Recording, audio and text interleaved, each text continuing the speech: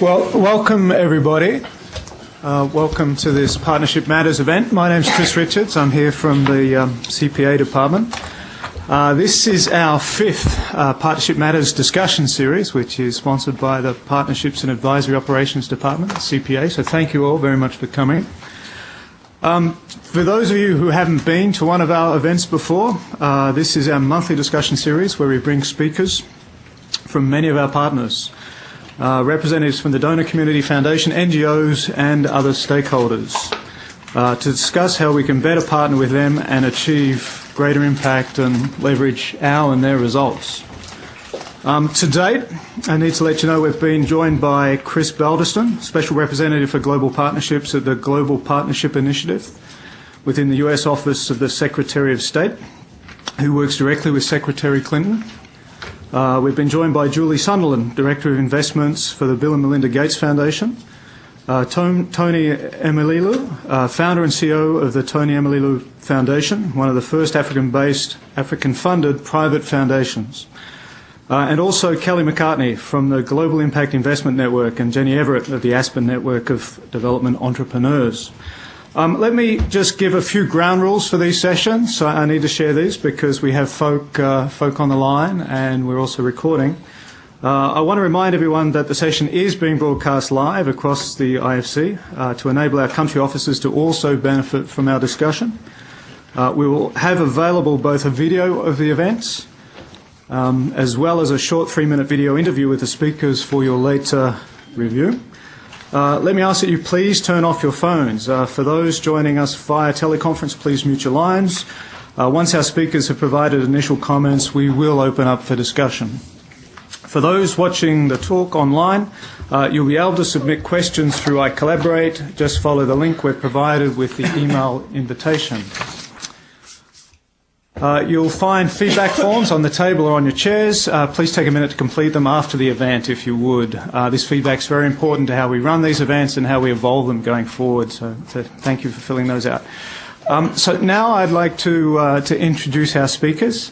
Very, very pleased to have Bill Guyton with us here today, who is the president of the World Cocoa Foundation. Holly Houston, who is also the finance manager from WCF, and Robert Peck, who is the Senior Director of Operations. So we're really getting 3 for the price of 1 today, so thank you all for coming. I'm also very pleased to introduce Bill Rahil, who's a Senior Manager from our Environmental, Social and Governance Department.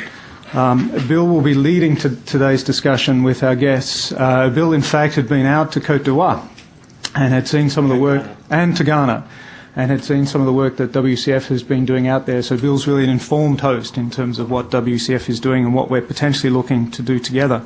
So we're very pleased to have WCF here. They're doing some really interesting work out on the ground.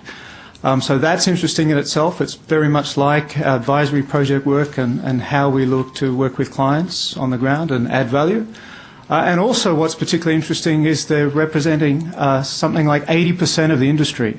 So they've really done a good job in terms of delivering that value to companies and building those relationships. So we're very keen to know how they've built and developed those partnerships. So Bill will be helping to tell us about that. So I'll hand over to Bill Rahil. I'd also like to welcome Bill Bulmer, who's the director from the department. And this is a really important agenda for a number of departments here, CES, SBA, and MAS. Particularly, I'd also like to acknowledge Herman Vergara, who's here as a senior agri-manager from MAS. So welcome, and handing over to Bill. Thank you.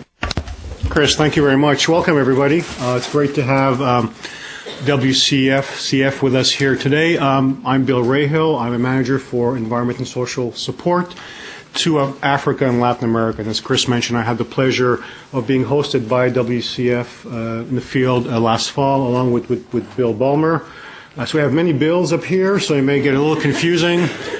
So if you point, I want the Bill with the tie and the Bill with the striped shirt. That would be very helpful. We have a little over an hour for this discussion. Really, my role here is to facilitate the discussion. I'm going to give Bill and his team 20 to 30 minutes. There are a number of slides that they will use to really present to us the work that the Cocoa Foundation actually does. Of course, what we're interested in, among many things, not just about learning about WCF, but it is to understand and question and challenge, I suppose, the model that they've used in terms of developing partnership. And they've been very successful at developing partnerships with the private sector, partnership with implementing agencies on the ground, and I think as well partnerships that they're exploring with multilateral institutions, including the IFC. So that's the dimension that we should keep in mind, and I think that we want to pursue in terms of our discussion this afternoon. All right, so with that, Bill, over to you.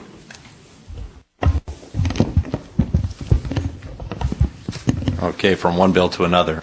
Well, it's a pleasure for me to be here today, and thank you, Bill and Chris, for including us in this session, and all of you who are here in person and those on the line as well. We were talking as we were driving in the taxi cab over here this morning that we should have brought chocolate for everyone. But we also thought that we ought to have a rule that we're not obligated to do that if it's over 100 degrees outside. We have a few slides we wanted to share with you about some of our programs, and I'll be presenting along with Robert Peck and Holly Houston from the office. And then we'll just take your questions, I assume, at the end of the presentation. So let's go ahead and get started. If I can. Oh, there we go. Whoops. All right. All right, there we go. Our mission at the World Cocoa Foundation is really all about cocoa sustainability, and it looks at the social, the environmental, and the economic aspects of growing the crop. We were formed back in 2000 by a handful of chocolate companies, mostly the large branded companies and processors, who at that time were very concerned about some of the developments happening in cocoa. They realized over time that they had become more estranged from the supply chain, and in particular with what was happening in Brazil with the downturn in production due to the spread of a fungal disease called witch's broom. They saw a number 2 producer, Brazil, in the world become a net importer within a very short period of time. They began to think that they really need a better coordinated effort to see how they could help improve cocoa sustainability over time, improve farmer outreach, improve also the investments that they were making in research. So that's where we were, at that time was when we were formed. We also had support from the Smithsonian Institute as well as some of the other NGO partners at the time who shared the same interest. This slide is one that shows our member companies. We have over 90 companies right now who are members of ours.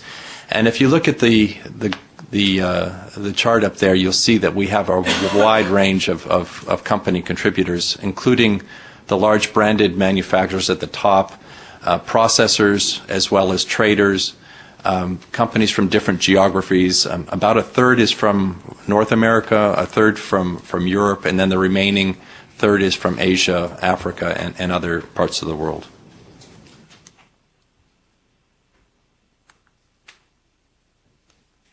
Okay. Just skip to one. All right. Just a brief overview of the cocoa sector. Yes. And I'm going to turn that over to Holly. No, to Robert. To Robert, excuse me. We had this rehearsed, but it's going a little bit not as planned. Well, in going on with the theme of partnerships, I think the challenges and the overview that we're going to go through today are key to partnerships. No one company can solve the issues facing the chocolate industry. No one government can lead this by themselves. We need a collective industry effort and a partnership effort here collectively.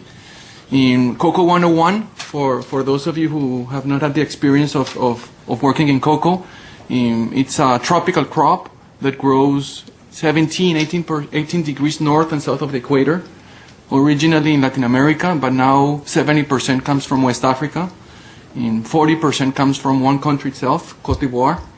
In Ghana, second largest producer, and Indonesia is the third largest producer of the world.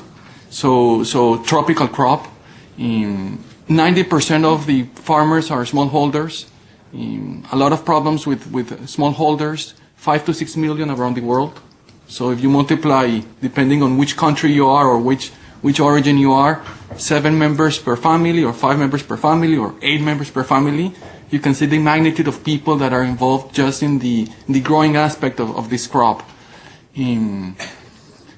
It's a tree crop. In a tree crop, what does it mean? You plant it today. In 4 or 5 years, if you're lucky, it starts producing this American football-shaped pods, and it's very hand-intensive, labor-intensive crop.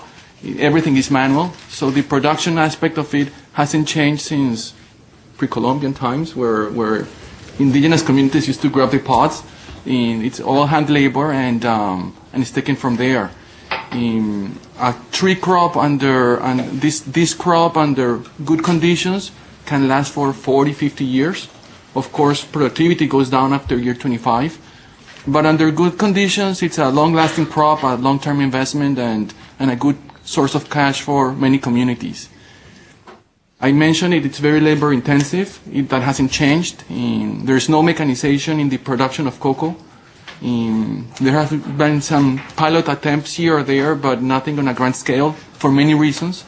And one of them is the lack of infrastructure, lack of electricity, lack of possibilities in remote areas where this crop is produced. It's a publicly traded commodity. We want to emphasize that, and we'll see it later in a diagram on the supply chain. It's a very fragmented supply chain, and it is estimated that the finished product on the chocolate market, it's reaching last year around the globe $100 billion as finished product. Very briefly to mention the supply chain, what are we looking at? The diagrams on the green are the key actors of the supply chain. First up, the farmers, and without the farmers, there's no chocolate. It can't be produced in a lab. It has to be on the farm. It is very simplified, and one thing that we really want to highlight here is the fragmentation of the supply chain. There's multiple sources, depending on the country, of middlemen who play a key role in the supply chain. Pre-financing, getting to the remote areas, transportation, sometimes aggregating volumes. Farmers are not aggregated. There's lack of farmer associations or cooperatives or any form of associativity. So there's a lot of aggregation along the supply chain. Processors, key role in the supply chain. And processors, we're talking about the ADMs of the world, the Cargills, the Barry Callebaut's, for people mostly in Europe. They are the ones actually doing the grinding and buying the beans. The industry has gone through a lot of consolidation over the last 10, 15 years, and less and less and less you see big companies buying beans. You see more purchases of semi-elaborated products, so the processors are key actors in this chain. And then manufacturers who finish these semi-elaborated products, who market it, who bring it to consumers, who brand it, who have the distribution network. So another key aspect of the supply chain in that end. The purple diagrams there, input suppliers, minimum role, and you'll hear it later. We wish it was a stronger box. It isn't. It's not common to see farmers using fertilizers or improved inputs into their systems. Some research institutions around the world in helping find tolerance. There's no silver bullet to fight diseases in cocoa, but there's some hope for tolerance in some countries, but underfunded. So a big step on the supply chain. The need also to bring all of that science to the field. Applied science is a key must. With that, let's go quickly through challenges. Productivity is a big challenge in cocoa overall. I think cocoa is one of those crops that is in a favorable position. It has an increasing demand, not only in developed countries but also in emerging markets. People always talk about the Chinas of the world, the Indias, the Brazil, as those, especially China and India, as they start developing what we like as chocolate, and there's great hope for increased consumption. So productivity is a big must. but at the end of the day, it has to turn to profit to the farmers. So what are the problems? Aging trees. I mentioned before that you see 40, 50-year-old trees in the field producing 2, 3 pots per year. That's not sustainable. That's not profitable. Plant disease in some countries, especially in Latin America, a third, or even sometimes more than a third of the crop is lost due to pests and diseases. In outdated agricultural practices, things that we think are common, like pruning a tree. You go to any apple orchard or any other orchard here in the States, and you see pruning as a must every year. That's a simple practice that doesn't need much. It's not commonly used. So there's a lot of agricultural practices that could be incorporated to yield productivity, and other crops that are more profitable than cocoa. That's a big challenge for the industry and a big threat for the industry. Market considerations. There's the need to increase supply of cocoa. That's the truth. Quality aspects of the crop need to be improved as well. There's big issues with quality, and those need to be feedback to farmers. It's difficult to get to 5-6 million farmers around the world, so there are some challenges in that communication. And as I mentioned before, over the next 10 years, at least a 20% increase in supply needs to be done to keep consumers happy, to keep farmers profitable, and it's a favorable outlook, but it needs partnership, it needs collaboration and coordination of efforts on the sector and others in the supply chain to make this happen. And with that, I'll invite Holly to proceed. Sure. Thanks, Robert. Given the context of all the challenges I think that you've heard, WCF from the beginning has taken a collaborative approach, and I think that's the agreement upon our members that these challenges are so widespread in the sector that no one company can answer the problems alone. We are founded on a base of 3 Ps, the people at the center, the farmers, their families, the communities they live in. Is cocoa a good crop for them to be in? Is it worth their efforts in terms of the profit it gives to the family? Planet is a crucial piece also that really comes into play with the good agricultural practices. They're at the foundation of our trainings. And the profit, as I mentioned before, it's their cash crop. It's often the number one source of income for these families. I think WCF, we are supported by our core members, which Bill highlighted at the beginning, which are over 90 at this point. They do pay annual membership dues to the foundation, and that helps support our core programming, which includes research grants for institutions that are working on breeding material that's more disease resistant, as well as a core farmer productivity training program in West Africa. Where we really have grown, though, are with the addition of multilateral donors and other partners that come into our foundation to leverage the industry support that we currently have and to take it further. So we've highlighted on this screen 3 of our large program platforms that are all in actually West Africa. You heard earlier from Robert's description that 70% of the production is there. The productivity there is the lowest among the regions. It's under about 400 kg per hectare, whereas in Southeast Asia you see 1,000 kg per hectare often at the productivity levels. Our 3 main programs in those areas. The first, we have the ECHOS Alliance, which is a partnership with USAID and 13 companies. Those companies are of our membership, and they include the branded manufacturers that you hear of: Mars, Nestle, Hershey, Kraft, and the processors and traders. The program started in 2007. It was our first big partnership program with USAID. It is in Ghana and Cote d'Ivoire, and it's centered around actually the youth in the cocoa communities. It's built upon a platform of basic education, so it's functional literacy training. It's ag training that supplements their normal curricula training in school. And it also seeks out-of-school youth that are in the community and forms ag clubs and promotes local nurseries and extension agents in the field. With the literacy training, we've also seen that being taken up by the adults in the community. So ECHO spans youth and adults. A nice aspect of the community focus, there's a piece of ECHOS that's a family support scholarship where the community actually sets out a proposal for women in the community to apply to, where they can receive a scholarship of around $300, a third to apply to their business, which is often a food business in the community, and 2/3 are applied to the children's school fees, the uniforms, the books, the registration fee in the community. So that's been a very nice area of growth within ECHOs of the community benefit. The second is the Cocoa Livelihoods Program. I think some of you in the room may be more familiar with that one for us. That started in 2009 with a partnership with the Bill and Melinda Gates Foundation and 16 companies.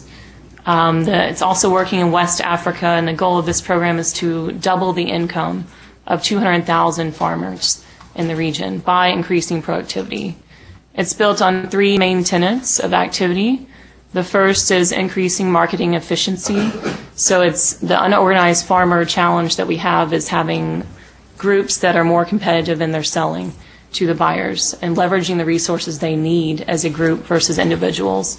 So we actually have formed 36 new farm organizations in the region. They're supported by Socodevi, which is a Canadian NGO that helps new groups with their governance and financial record keeping to be more bankable entities and entities that can access other services more easily. The second tenet is the productivity training, which is the basic good agricultural practices, the farmer field schools that are 9 months in the field with extension agents. There's also a component of linking improved planting material, pesticides, and fertilizers to these farmers. The third component is diversification, so actually promoting better ways to manage your cocoa, but also understand what other crops you are farming, as well as cocoa, including food crops and animal husbandry.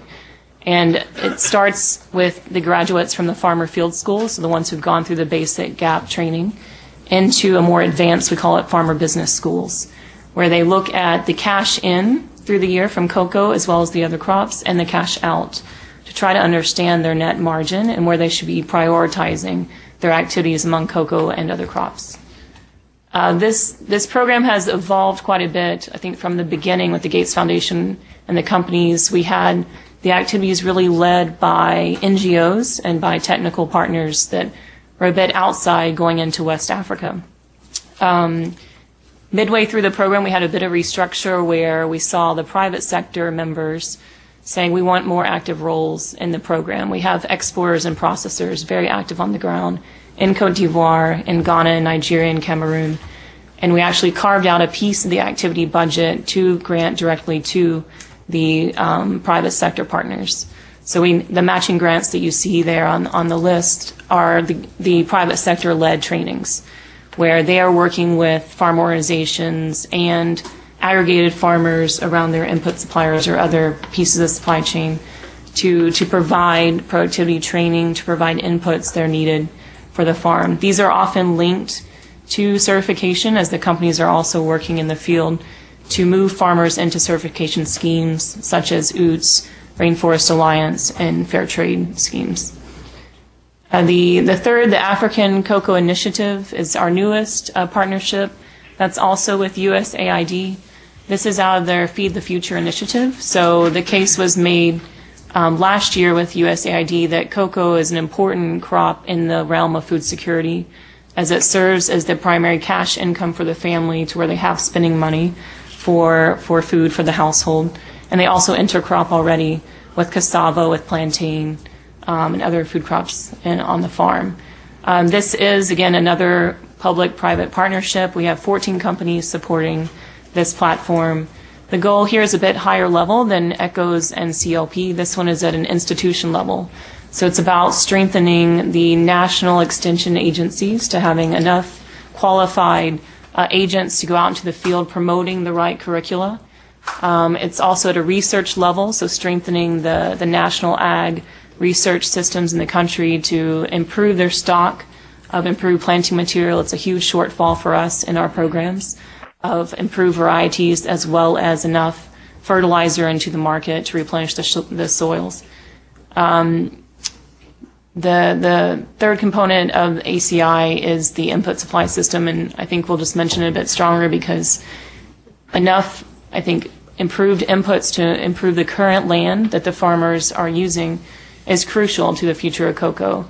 The current productivity is so low, and there's not new land to go into, nor do we want to promote that into the forests that have already been taken to either other crops or cocoa, that without improved inputs, they cannot rejuvenate, I think, the current land. So ACI, CLP, and ECHOS are looking at increased programming focus on better planting material and increased access to fertilizer. I think we wanted to focus a bit on how we've learned to work effectively, I think, with our industry members. And I think the first kind of thought that came up was filling the gap of their non-core business activities. We mentioned the input side because often the financing that's available for things like fertilizer is not available to these farmer groups. There's the problem of aggregation, and are these bankable borrowers in the first place? So as a necessity, often the exporter or the processor are providing short-term finance because it's a necessity. It's not their core business, but the financial providers are not there. The farmers and the co-ops, they lack reliable access to finance. It would help them run their farm like a business, have a safe place for savings, and have microcredit access for needed inputs like fertilizer that's often non-affordable without credit. So there is a great need to broker or bridge the gap between financial institutions and the farmers and farmer groups. I think with the industry also, it's worthy to consider the needs of their core business. They are a private sector. Their mindset is subject to the market. They're ultimately buyers of cocoa. They have budgetary planning needs like any company, and they have to be results driven. So we're somewhat between the demands of Gates Foundation, USAID. We also work with USDA, and then the private sector that's really our core focus of the support of our programs. I think the partnership approach works well as long as you leverage the strengths of each side and take into account the approach that they are bound to within their companies. I think lessons for better partnerships, supporting a group platform is a way to get competitors around the table and have a collaborative approach to these large problems. There are trends of individual company-led programs also, but I think it's balanced by leveraging these other donors like Gates Foundation, like USAID, that can take the programs to a different scale than an individual company could on their own. I think it's very important to invite the companies or the funders at the planning phase and not have a pre-packaged program for them to review that's already done, but rather for each of our programs that we highlighted before of ECHOS, CLP, and ACI, the companies actually had a say during the design process, and it involved multiple conference calls and meetings to define our objectives and even define the partners and approach. A good approach is to start with a pilot on a smaller scale and then work to scale up into larger areas. And we highlighted one of our partnerships with IFC that Chris is well aware of, which is the West Africa Cocoa Farm Finance Program. That started with 5 companies, Mars, Nestle, Cargill, ADM, and Armajaro, as well as our partnership with IDH, which is the Sustainable Trade Initiative out of the Netherlands. We started with an assessment in West Africa. What are the bottlenecks in access to finance, and specifically in microcredit for inputs? And we are starting to make some pilot cases with local banks in Nigeria and in Cote d'Ivoire, and with exporters and their stronger farmer groups to open up the door to credit for input packages. And the strength of that design, I think, is that we've leveraged WCF's footprint in the region with our farmer training and our professionalization of the farmer groups. But our strength is not in bringing the banks to the table, and that's where IFC has really offered value of working with the regional West African banks, helping in due diligence of how you understand your borrower, and also how you design a product that is relevant to an agricultural borrower. And then the last point to highlight, I think, is the need to show short-term progress and impact. It is tricky with tree crops and longer-term ag projects, but I think to keep the industry well informed of the progress to date, we have monthly conference calls with most of our programs. We have semi-annual in-person meetings in the region. And I think that really helps to show, okay, we may not show the yield change for 2 years, but this is where we're heading. And we're in year 4 now of the Cocoa Livelihoods program, and we just had our last steering committee meeting. It's the board that governs the program. It was our best one to date because the participation is there of the industry, of the government, of the NGO partners. And there's a trust factor, I think, among the group now, given the communication and the progress that we're seeing to date. With that, I'll turn it to Bill to highlight some of the current and future challenges we're seeing.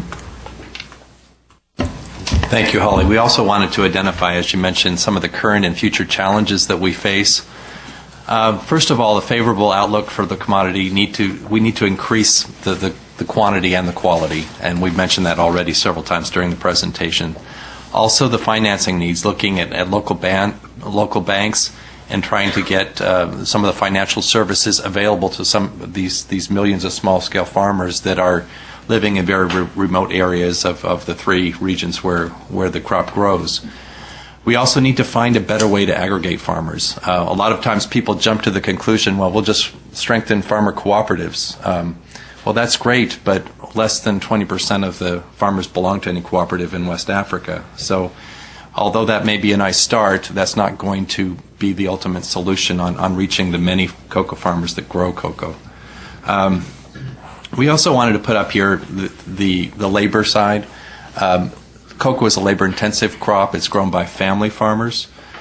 Children help their parents on the farms, and somehow we've got to figure out a better model of making farming safer for not only children but for adults, and to better educate the families on the types of activities that are appropriate for children and those that aren't on the farm, and to provide alternatives for children.